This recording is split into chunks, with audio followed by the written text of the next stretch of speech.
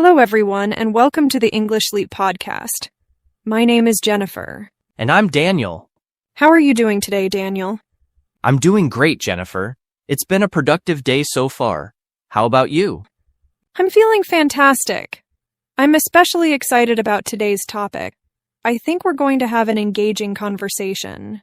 Absolutely. Today, we're delving into something that touches every one of us, our daily routines. It's the rhythm that keeps our lives moving forward. Exactly.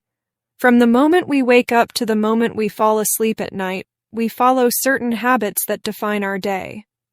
But tell me, Daniel, what exactly does a typical day look like for different people? That's a great question. Daily routines can look very different depending on your lifestyle, but they're made up of the little things we do regularly. Throughout today's episode, we'll be sharing our own routines, from the way we start our mornings to how we wind down in the evening. That's right. And along the way, we'll talk about how having a routine can help you feel more balanced and in control. It's all about finding what works best for you. Exactly. But before we dive into that, I'd like to introduce our vocabulary expert, Crystal. After each section, she'll break down key words and phrases to help you grasp the language better. Crystal, we're excited to have you with us today. Thanks, Daniel. I'm happy to be here, and I can't wait to help our listeners break down some vocabulary along the way. Wonderful. Let's begin with the morning routine. So as a student, my mornings are pretty structured. I usually wake up around 7 a.m., and I take a moment to stretch and breathe before I get out of bed. It's a gentle way to start the day, and it helps me feel more alert. Then I head to the bathroom to brush my teeth and wash my face. It's a refreshing start. That sounds nice. I wake up a bit earlier, around 6:30 a.m., since my job requires me to start early. The first thing I do is drink a glass of water to hydrate, and then, like you, I brush my teeth and wash my face. It really sets the tone for the day ahead. Exactly. Hydrating first thing in the morning is such a good habit. After that, I have a light breakfast, like oatmeal or toast, just something simple to get my energy up before classes. Breakfast is essential for me, too. I usually go for eggs with toast, or sometimes I mix it up with a smoothie. After breakfast, I take a few minutes to check my emails and review my to-do list, so I know what's on the agenda for the day. I do the same. I check my class schedule and make sure I'm ready for the day ahead. It's always nice to feel organized before jumping into things. Absolutely. Having that calm, organized start to the day really makes a difference. Now, to help our listeners dive deeper into the vocabulary we've just used, let's hand it over to Crystal. Crystal, could you walk us through some of the key terms from our morning routines? Absolutely, Jennifer.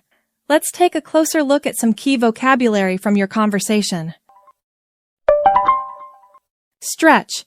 To extend your body or limbs to loosen up your muscles, which Jennifer does to ease into the day. Hydrate. To give your body water. Daniel starts his day with a glass of water to hydrate himself. Light breakfast. A small, simple meal in the morning, like oatmeal or toast. Jennifer prefers a light breakfast to get her energy up for the day. To-do list. A list of tasks you plan to complete during the day. Daniel reviews his to-do list every morning to stay organized. Those are some useful terms from your morning routine. Now, back to you, Jennifer. Thanks, Crystal. I think understanding these terms in context really helps our listeners absorb them better. Absolutely. And now that we've got the morning covered, it's a great time to move on to the afternoon routine. Shall we, Jennifer? Sounds perfect, Daniel. Afternoons for me are when I'm most focused. I usually have classes or study sessions, and I try to take it one step at a time. If it's a long study session, I make sure to take short breaks to stretch and move around. It helps keep my mind fresh.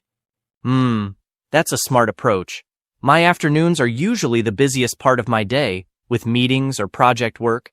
But like you, I make sure to take breaks, even if they're just a few minutes.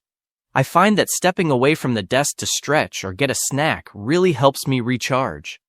Exactly. Breaks are so important even if they're brief. After lunch, I regroup and prepare for the second half of the day. Lunch is typically something light, like a salad or a sandwich. I don't like to eat anything too heavy, as it can make me feel sluggish. I agree. Lunch is usually around noon for me, and I like to step away from work completely. My go-to is something like a quinoa salad with veggies or a turkey sandwich. Keeping it healthy helps me avoid that mid-afternoon energy slump. That sounds like a great option.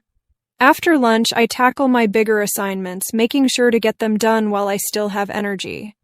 It feels good to wrap up those important tasks before the day winds down. Yeah, I do the same.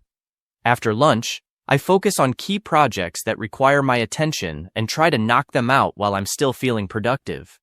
All right, Crystal, could you take us through the vocabulary from our afternoon routines? Certainly, Daniel. Let's break down some of the key terms. Focused. Giving your full attention to something, like how Jennifer stays focused during her study sessions. Recharge. To regain energy, which Daniel does by taking short breaks throughout the day. Regroup. Taking a moment to organize your thoughts and prepare for the next part of the day. Sluggish. Feeling slow and lacking energy, which can happen after a heavy lunch, but both Jennifer and Daniel avoid that by eating light. Knock out. An informal phrase meaning to complete tasks or finish work efficiently. Daniel said he likes to knock out his key projects while he's still productive. Energy slump. This refers to a dip in energy, usually in the afternoon after lunch. Daniel mentioned avoiding an energy slump by eating a healthy lunch. Those are the key words for the afternoon. Now, let's shift to the evening routine. Back to you, Jennifer. Thanks, Crystal. That was really helpful. It's amazing how just a few key words can really make things clearer. Exactly. I love how practical these terms are. You can use them every day. All right, let's wind things down by talking about our evening routines. Evenings are when I like to unwind and relax after a busy day of classes. After dinner, I usually take a short walk or do some light stretching to help me de-stress. It's a peaceful way to close out the day. I totally relate to that. After work, I make time to relax too, whether it's listening to music or going for a walk. Dinner is usually around 7 p.m. for me, and it's something simple but satisfying. I like grilled salmon with veggies or a stir-fry with rice. That sounds delicious.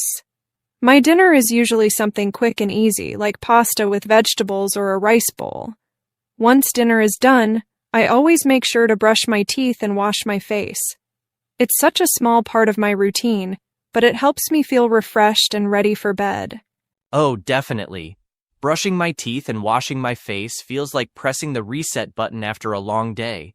It's a simple way to shift into relaxation mode. After that, I usually wind down with a book or a cup of herbal tea before bed. That sounds really calming. I also avoid screens before bed, instead spending some time reading or listening to music. I aim to get to bed around 10 p.m. so I'm well rested for the next day. Same here. I stick to a consistent bedtime too, around 10:30 p.m., and it's amazing how much better I feel the next day when I get a full night's sleep. All right, Crystal. One last time, could you walk us through the vocabulary from our evening routine? Absolutely, Jennifer. Let's go over the key phrases from your evening routines. Unwind. To relax and let go of stress, like what Jennifer and Daniel do after a busy day. Reset button. A metaphor for starting fresh, which Daniel mentioned when talking about brushing his teeth and washing his face. Wind down. Similar to unwind, it means to gradually slow down and prepare for sleep. Herbal tea. A caffeine-free tea that helps you relax, which Daniel drinks before bed. And that wraps up the vocabulary for today. Back to you, Jennifer and Daniel. Thank you so much, Crystal, for guiding us through those key words and phrases. It really helps to understand the language in context. Absolutely. It makes it easier to remember when we see how the vocabulary fits into everyday life. So, we've shared our daily routines, from morning to evening, and touched on how important it is to create balance throughout the day. Exactly.